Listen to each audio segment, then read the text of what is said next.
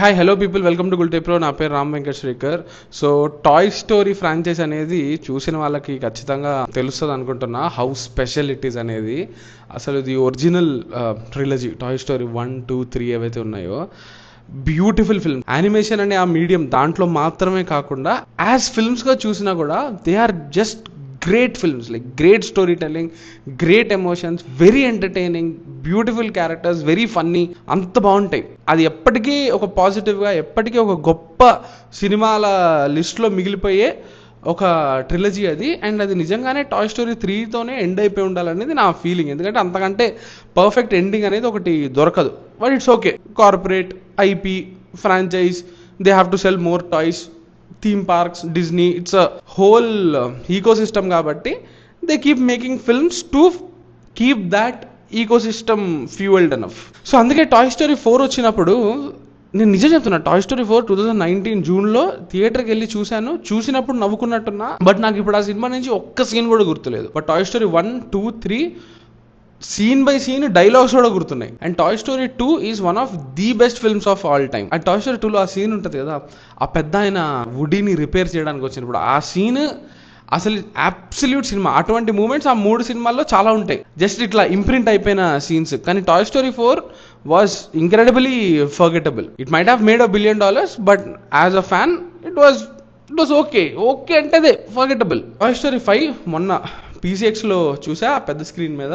And ఇప్పుడు పిక్సార్కి మనం కొత్తగా వచ్చి వీళ్ళు సూపర్గా చేస్తున్నారు, సూపర్గా ఉంది టెక్నికాలిటీ, యానిమేషన్ చాలా బాగుంది, క్రిస్టల్ క్లియర్గా ఉంది, డీటెయిలింగ్ సూపర్గా ఉంది. కొత్తగా వచ్చి ఇప్పుడు చెప్పేది ఏం లేదు. ఆ స్టాండర్డ్ అనేది అలానే మెయింటైన్ అవుతుంది, ఆ స్ట్రీక్ అనేది ఇట్స్ గోయింగ్ గ్రేట్. కానీ టాయ్ స్టోరీ 5 అనేది వన్స్ అగైన్ ఇట్స్ ఓకే. నేను చూసా, had a few laughs.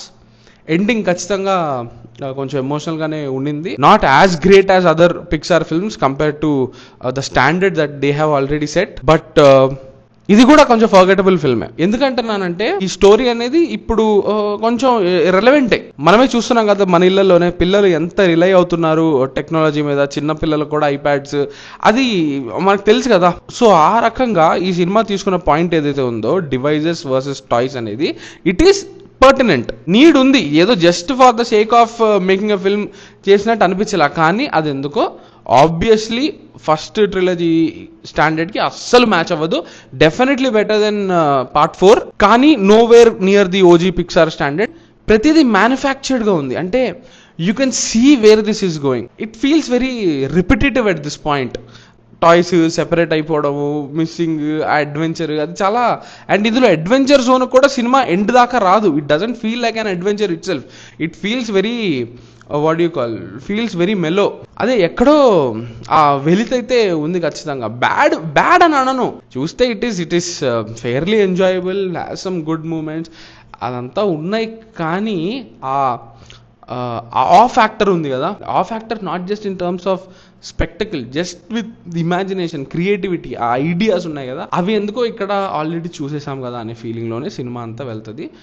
Towards the end స్లైట్గా touch చేస్తుంది అండ్ ఇట్స్ ఓవర్. ఇంకా చాలు, ఇక్కడతో ఆపేసేయండి దీన్ని అనే ఫీలింగే కలిగింది.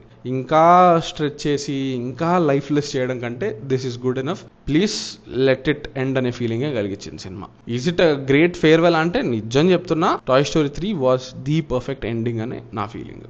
అది టాయ్ స్టోరీ 5 సంగతి. That's it from this review. Do subscribe to Gulte pro for more reviews and interviews. Thank you.